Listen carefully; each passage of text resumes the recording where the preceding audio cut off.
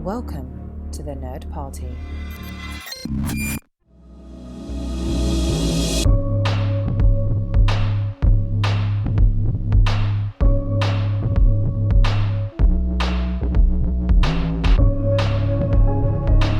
Surprise, surprise. It is time to open a new, what are we doing? A new wing here in Houselights, where we are going to be opening the wing of Predator, where we are looking at two Predator films, expanding the franchise, which happen to be directed by the same person, actually. So that's a nice coincidence right there, as this franchise tries to find its footing. I am John Mills. I'm just absolutely thrilled to be here examining the resurrection of the Predator franchise yet again. And here's to how it might be going from here on out. And I am joined by my dear friends, fellow Predator prey, Predator targets, Tristan Riddell and Darren Moser. One of them is an excellent pilot, and the other one is a samurai warrior. I'll let you figure out as the conversation goes forward. So here we are. I'm the only one going into this that had seen Predator Killer of Killers beforehand. Is that correct? That's correct. Yes. Okay. Yeah, I read this in prep. I wanted to watch it. I was really excited about it, but just didn't get to it until this.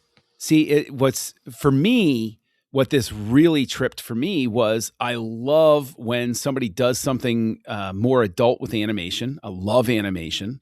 And I love the Predator franchise for all of its missteps. Like, we all forgive our beloved franchises. Like, when they stumble and they fall, it's like, So there is that nostalgia play in there. But I was super intrigued because also I think Trachtenberg is a great director.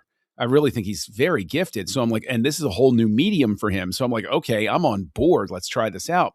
And Tristan, you said you were just unable to get around to it. Darren, was there a similar sort of thing where it's just like life just didn't line up for you? Or were you just not really interested in this going in?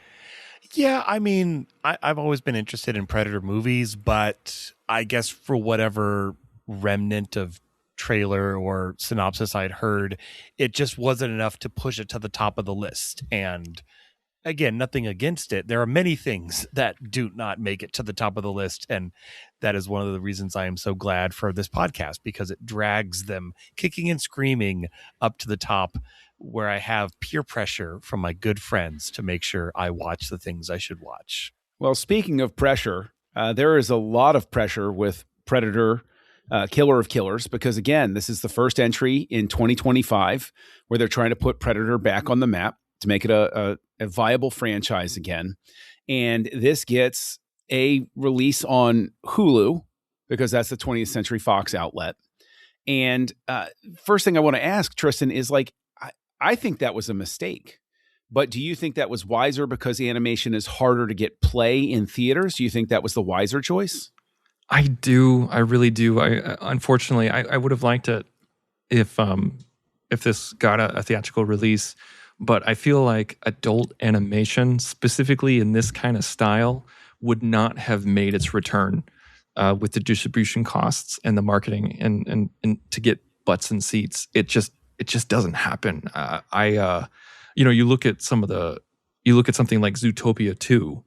It crossed the $1 billion mark not that long ago, and it's an okay movie, but it's child animation, and it's a type of animation that everybody, like the whole family, can go to. And so it came at a time when you wanted to take your kids to the theater.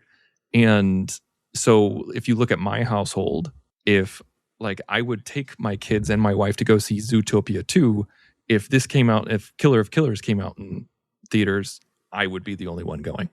So your market of 4 goes down to 1. That's an interesting point. Darren, are you trying to toughen up your kids earlier, or would you have taken them to Killer of Killers in the theater? Oh, dear God. This movie, I mean, animated, yes, but they pack that R rating in for sure. No, I think Tristan's right. I think we are just in a season right now of film and theatrical distribution where the audience is very choosy, very conservative about the choice to go to theaters. Again, you mentioned Zootopia 2, Tristan, which is also a sequel. And so that in that regard, there is less risk for the viewer because okay, I know kind of what to expect. I'm going to get something like the first movie, which I enjoyed. And whereas this is more of it's a new concept, being an animation, being kind of an anthology-ish kind of thing. And it's Predator. So and we'll get into whether it's, pays off, or do I wish my virtual ticket that I didn't spend was refunded. But let me throw this idea out there. Do you guys think that, and open floor, whoever wants to take it, like, do you think that there would have been a viable distribution for this if, since it is an anthology series, they took the individual stories or one or two of them and put them in front of some R-rated features to sort of open things up? Like like in the 80s, it didn't really happen too much, but Pixar is known for this, for putting the short in front of a film, just to give you a little something extra in the beginning. Do you think that would have been a viable option, to take a segment or two from this and put it out there so that people were more aware of it? I'll say I think they should have taken just the first 3 segments and then randomly put one of them in front of Badlands to tease it and be like, see how the story ends over on, like, is it a blatant get a subscription for a month? Sure. But if that's not your audience, that the people going to see Badlands, I think, and they're fairly long segments, but if you pitched it the right way, and not of I'm giving you a third of a story, more of I'm giving you a whole portion of this animated, piece, part of this interesting story, and they're each engaging in their own way, I think that would have been very interesting. I mean, it is long to be an animated pre-featurette, but I don't think that would have been a terrible idea. Tristan, do you agree with Darren? I think Darren's right. I think that's actually a great idea to do that. And you're right. That is your intended audience right there. That would have been a great way to drive subscriptions, which is the whole goal of having more content out there. So good play, Darren. Good play. I like that.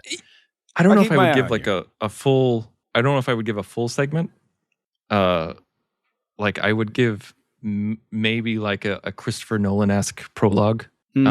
So highlights from each story in front of it? No, not even each story. No? I would choose one story and just do a highlight of it. Like maybe show the opening sequence of the Grendel one, and it's right when they see the you stop it right when you see the Predator, and then boom, it goes like, okay, here's your extended preview. Yeah.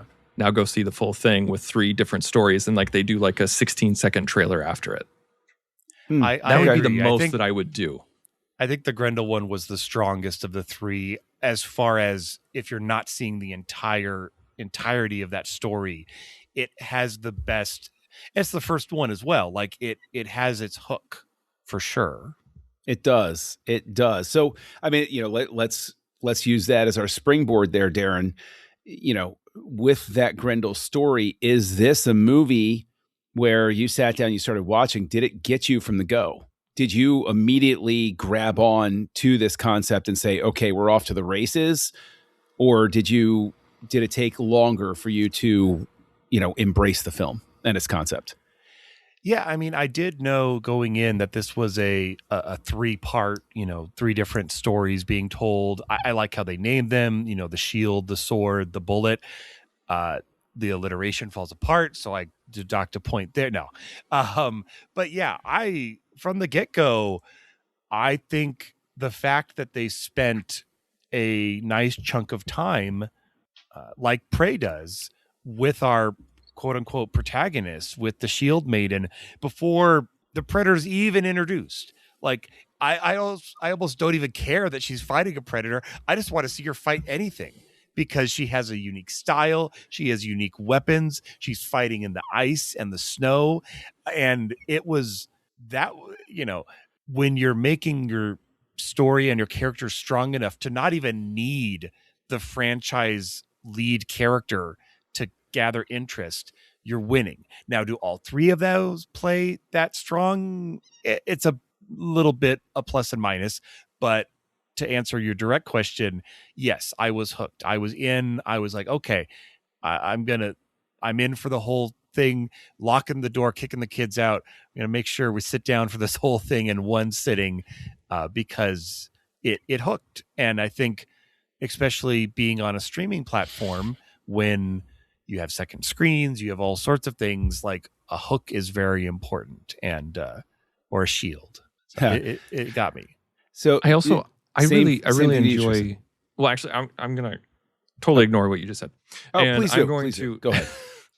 I'm going to go into what I really liked about this, where we go from Trachtenberg doing Prey, and then coming to this, where it's just like, okay, Prey was clearly a reset, and I'm not talking about like a reboot where it's a different continuity, or we're changing the rules of Predator, or we're on a different Earth or something like that. Nothing like that. Not a reboot. When I say reset, it's just kind of like, okay, like we've tried this a few times before. We know you guys like Predator, but we weren't able to really nail it for a while. And so here's something that just feels tonally different, that is aesthetically different, and has a female lead. And then tons of people liked it. It gets a lot of critical success. Now, he could have just done that again. He could have just done that formula and moved forward, but instead he comes out with this version of, who do you think would win? A Viking using nothing but her shields, a samurai, or a World War II pilot? Discuss. Like, you can just see a group of people sitting around a campfire having this discussion, having a really great night at the beach. I've had this discussion, right? Like who would win in a battle? What was it in college? It was like, would you rather be able to fly or have Doc Ock arms? For some reason, that was our discussion, and we would spend all night debating the pros and cons of each. And then Trachtenberg comes out with a third film that completely changes the formula again. So this is great. This is a great period of time to be a Predator fan. And if you haven't been a Predator fan for a while, now is the time to get back in. But in terms of the movie, I mean, I think you're tipping your hand here. Like, it got you from the go. Like, you were just all in.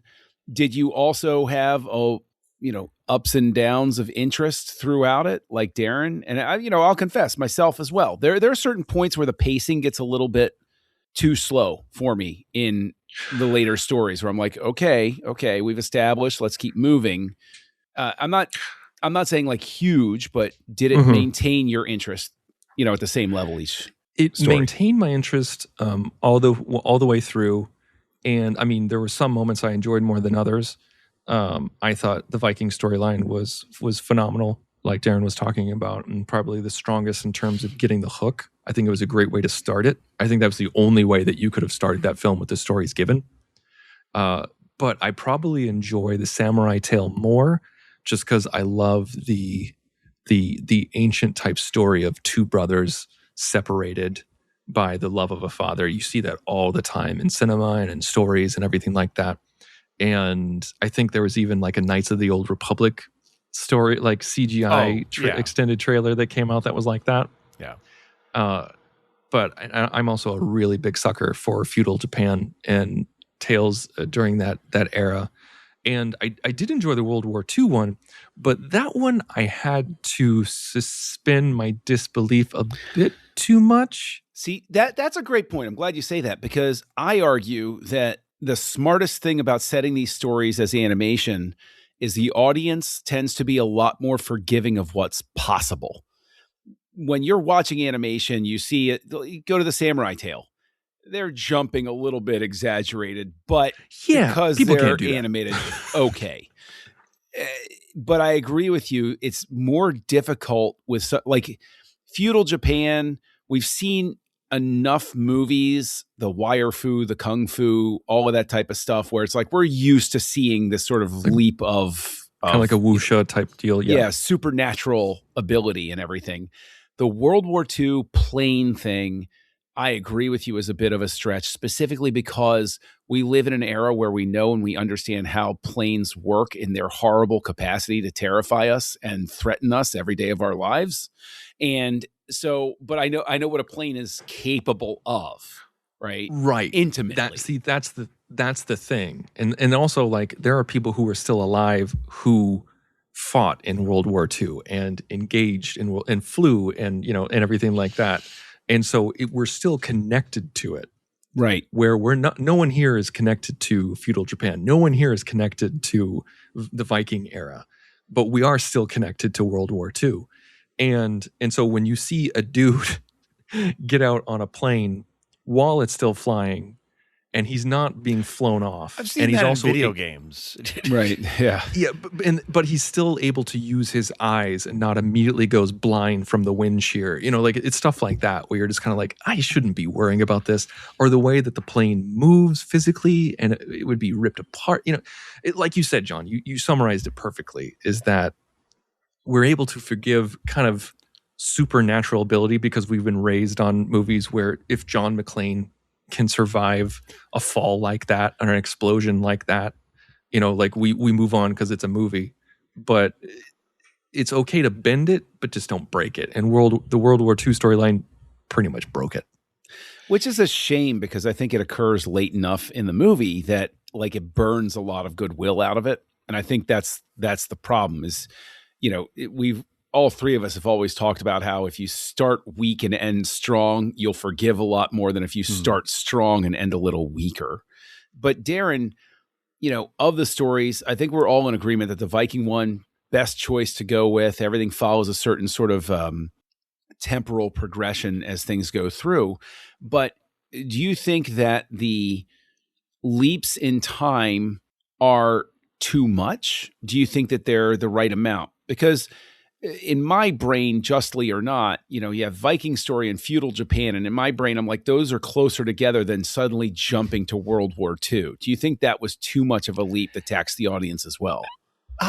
Not particularly as far as the time choices, because in the way they kind of faded into the future prison, transport, I liked that in my sci-fi brain, it established, we can put people in stasis forever.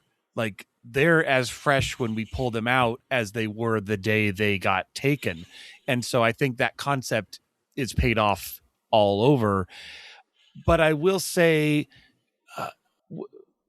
with the time jumpingness, I know why he did it. I feel I guess I'm talking about the pistol.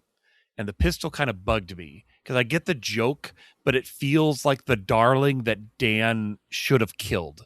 But he had to put it in there because it's the connection to Prey. And look, it's got the date and the name on it. And Predator 2. Very important. And Predator 2. Like, I get that. But I felt like once the ha-ha joke of, I have to load an old gun, I was like, could he maybe have kicked the crate and there's like a selection of more modern weapons like in the base or something? Like, I don't know. It just it wasn't a bad joke, and I get where they're going, but I guess I would have just gone a little bit different direction in that. Yeah, that's fair enough. But I will say also for the sword portion, it wasn't that it wasn't good. I just, to Tristan's point, I have seen that story so many times that I was very on the edge of being bored because it played out exactly how I expected it to play out. Like to giving each other the same scar, to like, I almost felt like they weren't going to have a single spoken word in that one. Like they almost didn't, because you didn't need it because the story was so strong. But that's because it's a story we've seen several times before. So I was wanting personally a little more of a vibrance at the end of that chapter. Either I don't know, something in how they are fighting against each other. I also had a tiny bit of difficulty wrapping my head around the in the Viking shield one, around the Predator's plunger weapon. Like it felt like futuristic yet old. It was, I don't know. I liked it. I liked it. It was so No, it wasn't. weird. It wasn't bad. I guess there was one shot, and these are all nitpicks. This isn't an overall feeling, but there was one shot where at point blank it just literally evaporates her shield, but then the next time it's that point blank, it doesn't evaporate her shields and pushes her clear of all the blasts. And I'm like, so which is it? Is it evaporating you or is it pushing you? So, Nah, again, man, it was nitpicks. underwater. The rules changed. Yeah, I mean the physics, man. You got to think about the water Water's itself. denser. That is means acting... she's gonna die faster. It means no, man, it pushes back more. It's like it's an extra shield, is what happens. The concussion. Yeah, you don't understand. There's just more stuff between you to cushion. Right, exactly. No, it's not a cushion. Right? Don't you know science? Come on, Darren. You're acting like water is an unknown entity here. Like we obviously it wasn't very green. Okay, it wasn't very cool. Well, I acknowledge those points.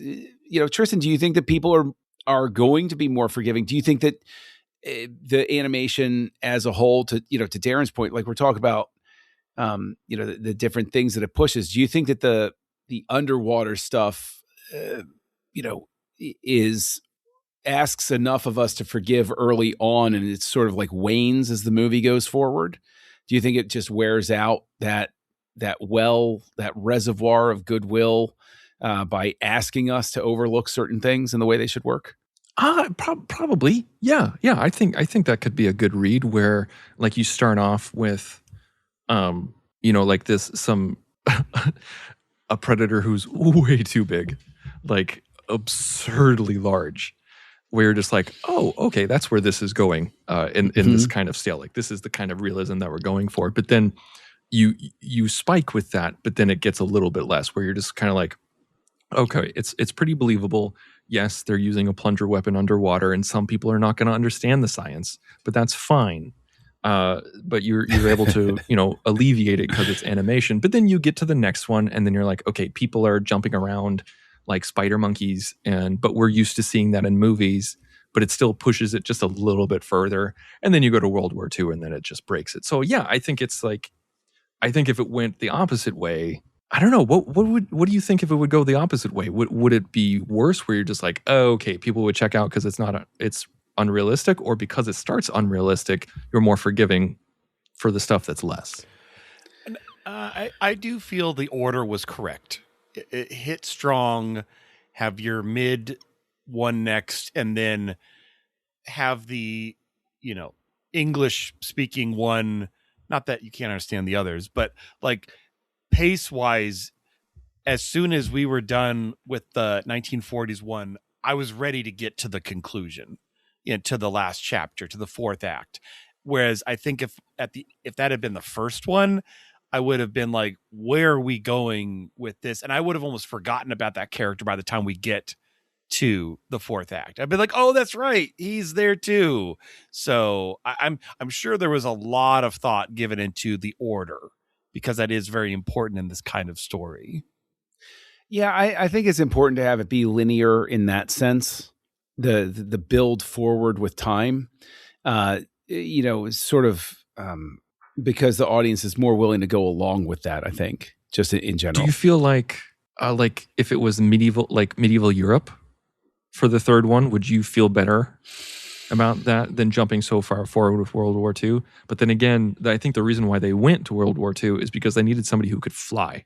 Right. Like at least knew how things flew. You're changing the whole movie if you don't have a flying ace. That's true. Yeah. Like you need a person who can. If the fourth act didn't involve flying, would you have liked medieval Europe or like ancient Africa or something? Gladiator in there? Yeah, something. Yeah. Yes, I think it would have worked better with a different time period in that sense. If it wasn't integral to the resolution of the film, I would have steered way clear of medieval or Renaissance Europe, though, because again, you have Norse, then you have feudal Japan.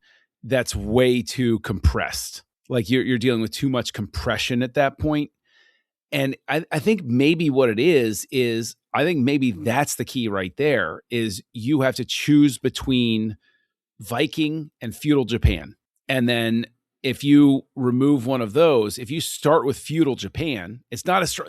But again, that's the problem, is that's not as strong a story to start with. And so that's where that breaks down. But let's say you did that, then jumped to basically you need some sort of technological progression, because it's showing how the predators have adapted through time as they come to the planet, as they sort of like learn people and how they change and everything like that. So I probably would have dropped one of those two in favor of a different time period. I think ancient Rome, you said gladiator, Darren. I think ancient Rome would have been really interesting in that context. Would have been like, ooh, okay. Well, and it's interesting now that I think about it, because the predators, it's interesting, like for a spacefaring populace, like how do we want them to progress? Because their technology and weaponry kind of progresses the same rate. So you're in the 840, and he has this sonic weapon, but it's pretty much just brawn. He's just fighting because he's a mountain. And then you have the cool staff with the splitting, head and more sword-based weaponry by Japan. And then you have basically is a dogfight, like with an advanced.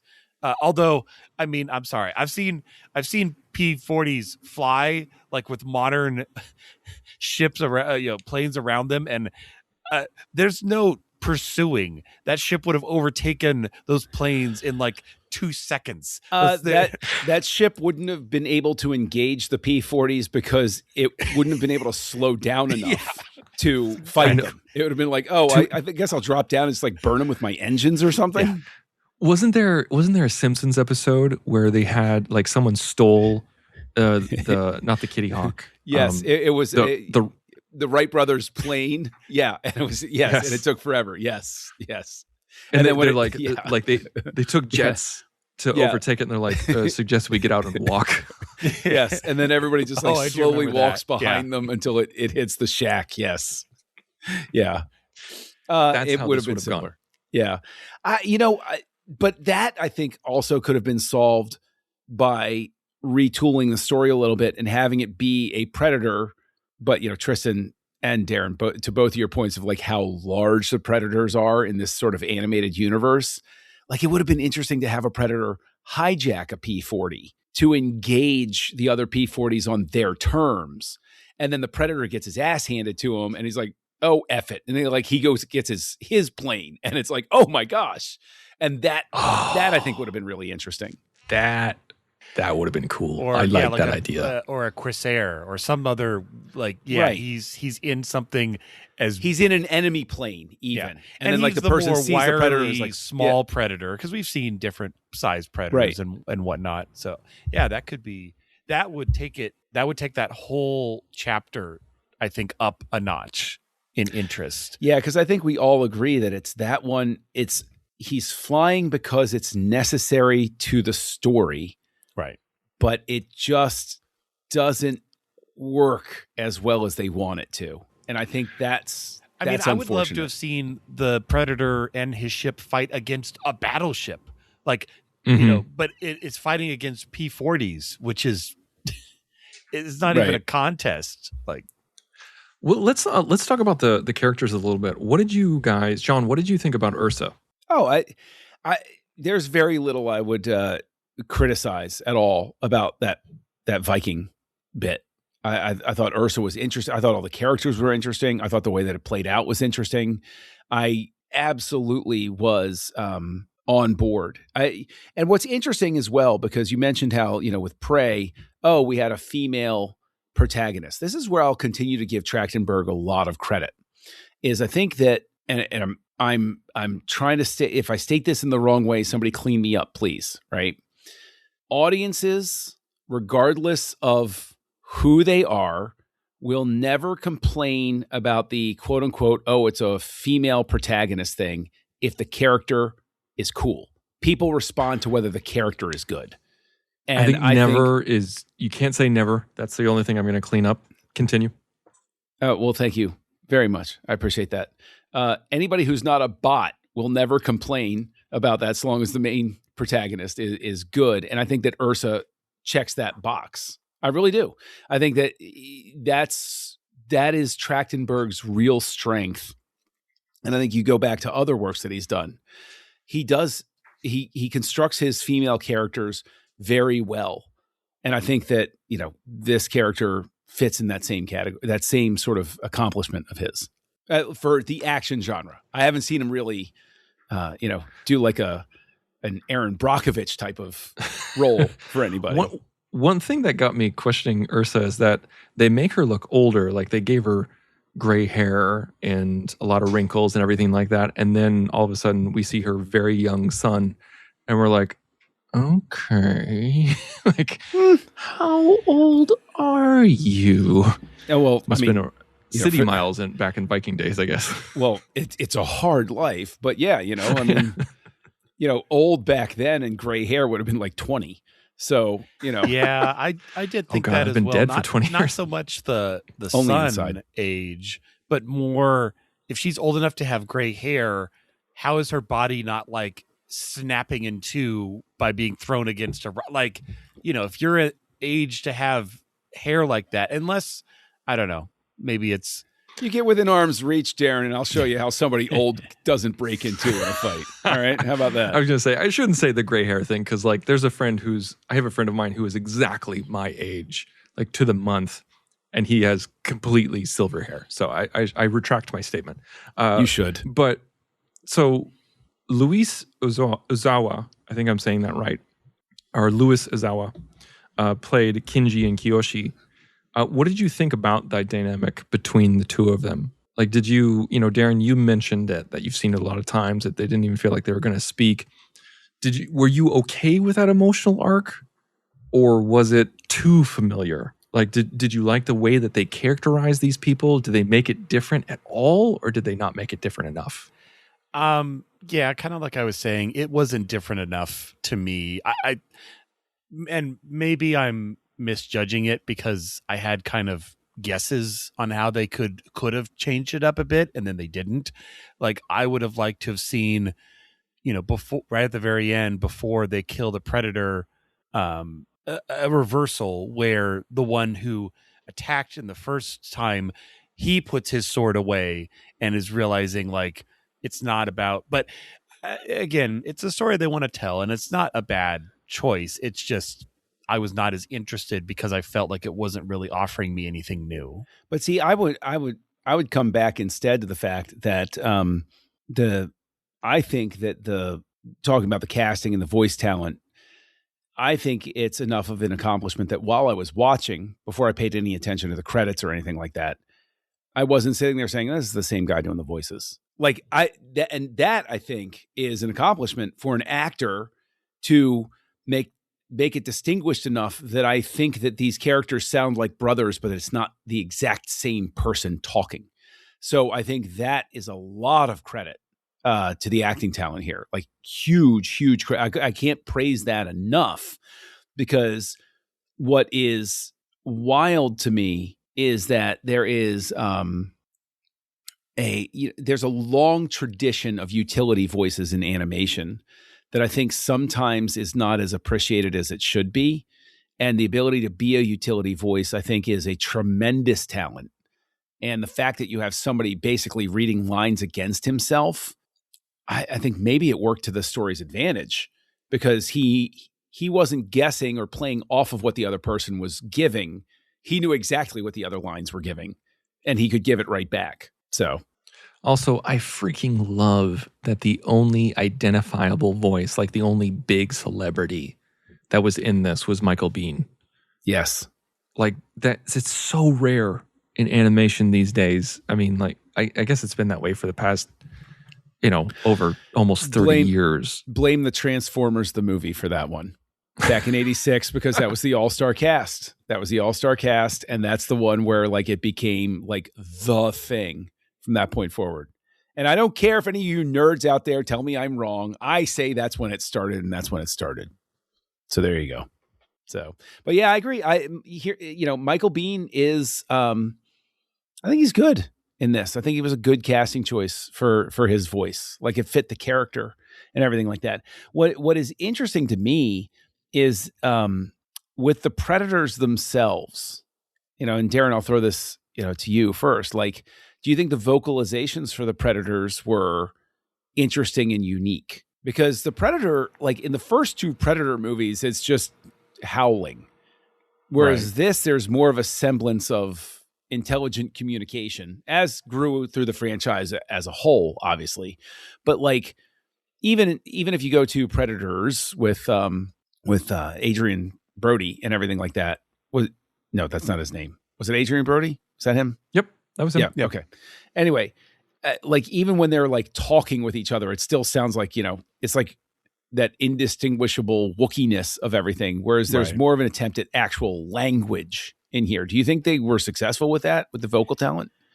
Yeah, I think, because I mean, even with that, the Predators aren't saying much. They're very short on communication. I will say it did kind of confuse me.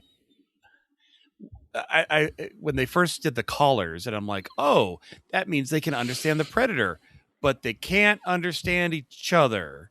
So, and then I was kind of lost. Like, I would have expected once that was turned on, that they could all understand each other made sense in my mind. So I was kind of, I didn't like how that technology seemed stunted. I think that was on purpose, like for the same reason where if you look at what they gave, like they didn't give Ursa a shield, they gave her an axe. And they didn't give Torres a real gun. They gave him an old gun. Like it was always like, that's kind of the Predators' deal, in my opinion, is that it's always like they know that they're far more advanced technologically. They know that they're bigger and stronger, but yet they keep going after weaker prey, humans. And so I feel like, yeah, we're going to give you a collar where you can understand us, but we're not going to let you understand each other because that would give you too much of an advantage. To me, that feels kind of in line with their MO. And see, that's even an interesting thing because this sort of esteem is built up around the Predator, the idea of the Predators over time, that they're these honorable hunters. And maybe they should have done more to call out the fact that they're cheats. Like, this movie really does a good job of exposing the fact that the Predators at their core are like, it's like, the Most Dangerous Game, or what's the one with Ice-T? Geez, Surviving the Game, where, it's like it's a bunch of rich guys get a homeless guy, treat him well for a second, and they're like, all right, now we're going to hunt you in the woods. And it's like, what? And it's like that's the sort of vibe. Like, I think it completely recasts the Predators. Is like, they're just simply so decadent that they're maintaining the illusion that they're these great hunters. But the fact of the matter is, if they went up against like an actual adversary who was their equal, they wouldn't necessarily fare too well. Like, they need to go against weaker stuff. I can't wait for you guys to see Badlands. I really can't. All right, spoilers. No. There's no spoilers. Save it for next week, Tristan. Save it for next week. But you're right, John. When we talk about that. And that was another aspect of this story that I liked. Again, killer of killers. Like, these aren't just three humans. These are three humans that successfully killed a predator. So I'm like, okay, so they're bringing them together. Again, I don't know. The gladiatorial thing, it worked, but I love my Predators cunning. The coolest part of Predators is how they have advanced technology, but it's how they use it. And so I would have loved more of something like Predators. Oh gosh, they need to make the titles different. but basically, where these three were dropped in the jungle of an alien planet, like that would have been very interesting. And I know we didn't have time for that, and we had to wrap it up with the gladiatorial stuff. I get that, but it wasn't just rush the big bad to win. But see, here's my question, because you talk about when you said drop them somewhere, and it's like you think of Predators, not to be confused with The Predator or Predator. Thank God Predator 2 has a number in its title. It's the easiest one to tell apart of the bunch here. Come on now. But with the stinger that got inserted later after its initial release, we see the likeness of Amber Midthunder and Danny Glover and Arnold Schwarzenegger as the three previous characters that we've seen having killed predators and gotten away with it.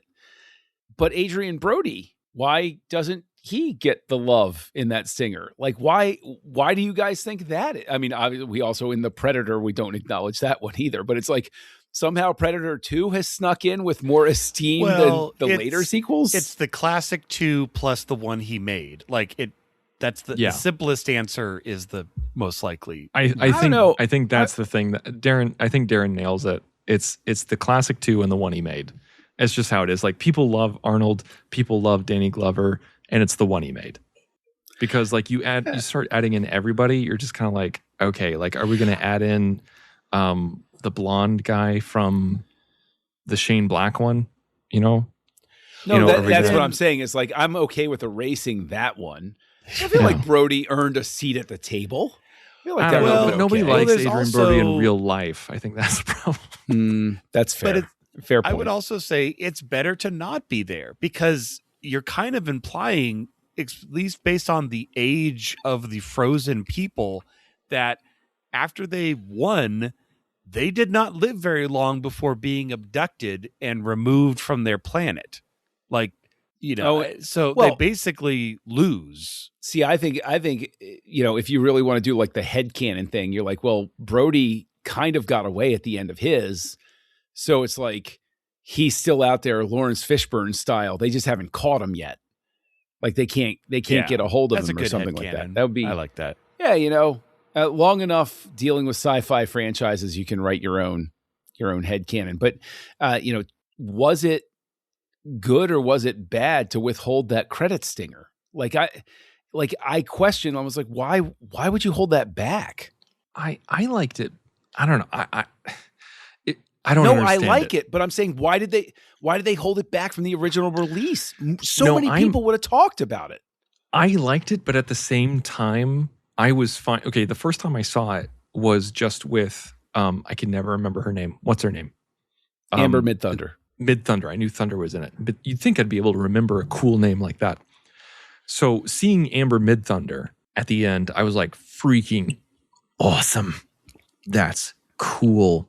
Okay, it's Trachtenberg. He's playing within his own mythology here. That's fine. I think it would have been more interesting and personally, that if at the beginning, because he's going to come back to these characters in animation. If he comes back to these characters in animation, we start with Midthunder, and then the camera pans to the right, and we see we see Glover, save it for later, and we see Schwarzenegger. I think that would have been interesting, where you're just kind of like, oh, cool, we're starting right where we left off. Oh my God, it's Glover and Schwarzenegger. Like, I would have had that fanboy moment. But at the end, I think it's kind of like an all or nothing thing to me. Like, either put them in there at the beginning where they're all three there, or don't have Schwarzenegger and Glover until the second one.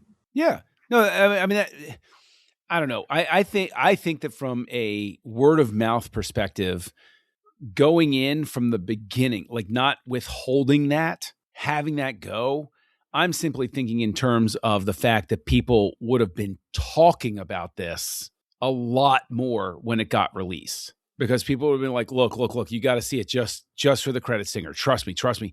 I know so many people that would have come to me. Yeah, I know it is. But that's the lesson, right? Is you put something where it's like, no, you got to see it. I won't tell you why, but watch the credits, right? That was always the play with the MCU stingers. And why not just borrow from their playbook for that one? Because what a tease. Like, everybody would have talked about it. Darren, do you agree everybody would have talked about it? Or do you think it should have just stayed with Naru from Prey? I mean, it's a coin toss, really. Like, it having just be Naru is enough. Like, that's the version that I saw before I was updated to like, oh, watch this, refreshed. I hadn't refreshed on my browser yet, but even so, it didn't. I agree with you that people would talk about it, but it didn't shift the paradigm of the whole story. It wasn't like, oh, well, now this means, other thing. Honestly, what it made me feel was, like I had said, that now these characters lost, like, because they got kidnapped from Earth and did not get to live the rest of their lives. They won at the end of their respective stories, but nope, they didn't.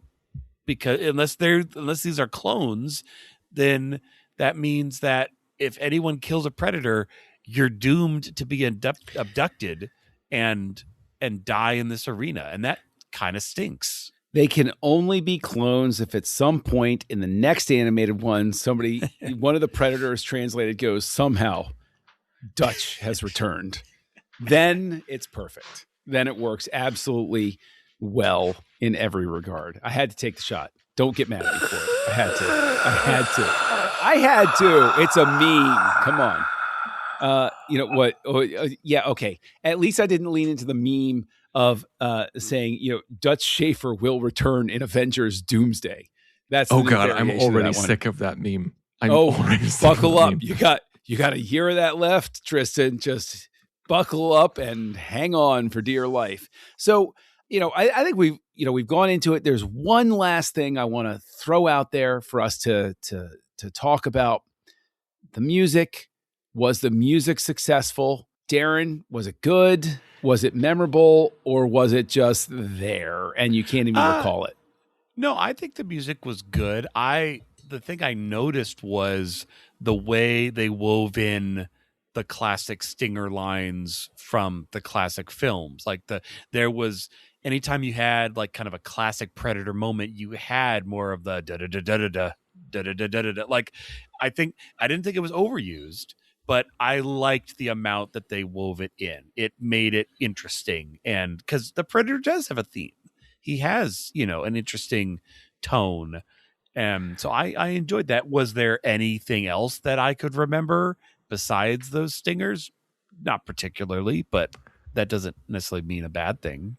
Speaking of Predator theme, it just got me thinking that like we actually see what could be surmised as someone as the same clan as the first Predator in Guatemala in this movie. I think he's the one who gets his head chopped off in the fourth act or in the fourth story. To show what the colors do.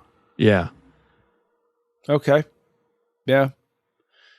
So that's fun. This is good I need enough. Some I would family go back trees. To sort of like follow I that need up. clan genealogies. I need to understand the predator-ness. Yeah, well, as they expand this universe, they'll hit the same problem that Trek has with trying to explain the complexities of Klingon culture when they suddenly find out the people who set it up originally didn't really think that far ahead. So, we'll get there. We'll get the there. History of Mandalorian armor. Hey, Beskar. Sure. Yeah, it happened.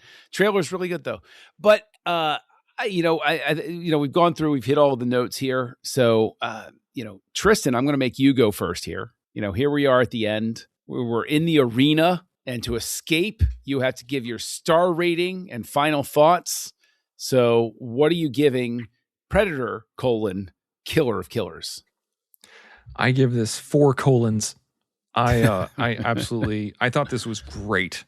Like I was floored. Like when I watched this, I didn't know what to expect. I was, because it didn't get a theatrical release, I was expecting something where it was just kind of like, okay, this could be fun. Something like a nice distraction, and then I'll forget about it a couple days later. But no, I was jazzed. Like as I was watching this, like besides some of the stuff that we talked about with World War II, at the end, I was like, I want to see these characters again. I want this to continue. This was fun. I think that's the thing. Like, is everything perfect? No. Is it beyond amazing? No. Is it entertaining? Hell friggin' yes. This was a very entertaining film. It had a lot of fun animation, had interesting characters, great voice work, really fun action, and it was engaging. I will watch this again. I want another one. 4 stars. This is the situation where, like, yeah, there are some drawbacks, but all the cool stuff far outweigh the other stuff. Darren, where do you fall with this? I I'm giving it a 3. It's in the middle of the pack. Like, I enjoyed it, but I don't want to hold this against it just because it is this shorter format story. But I felt not wanting more in a part 2 way, but wanting more as in there's something about the good Predator movies. We all know which ones we're talking about. Just look at our ratings here on House 1 and Lights. 2. Yeah. And where Prey. they're Prey weaving as well. into the smart predators, the cunning, the traps, and there just wasn't enough time for all of that. So I felt like I was kind of missing out on part. It's like a Star Trek movie where they never get on a spaceship and we have zero space. Like, I would feel like I'm missing something. So I think that's why it kind of just came up to a 3 for me. Would I love a Killer of Killers 2 or another anthology? Do I want more? I always want more. I think give him another budget, give him another shot to tell us even more of these stories, and I'm all for it. But just for me, it was a 3. I'm going to land on a 4, simply because like I said, I love adult animation. I love when it's explored as an art form. I enjoy when the designs evolve in a certain way where they're like, look, you're in the animation world. Things look a little different here, but you can sort of like do the work in your brain. You're like, okay, if they did this as live action, it would look this way instead, or something like that.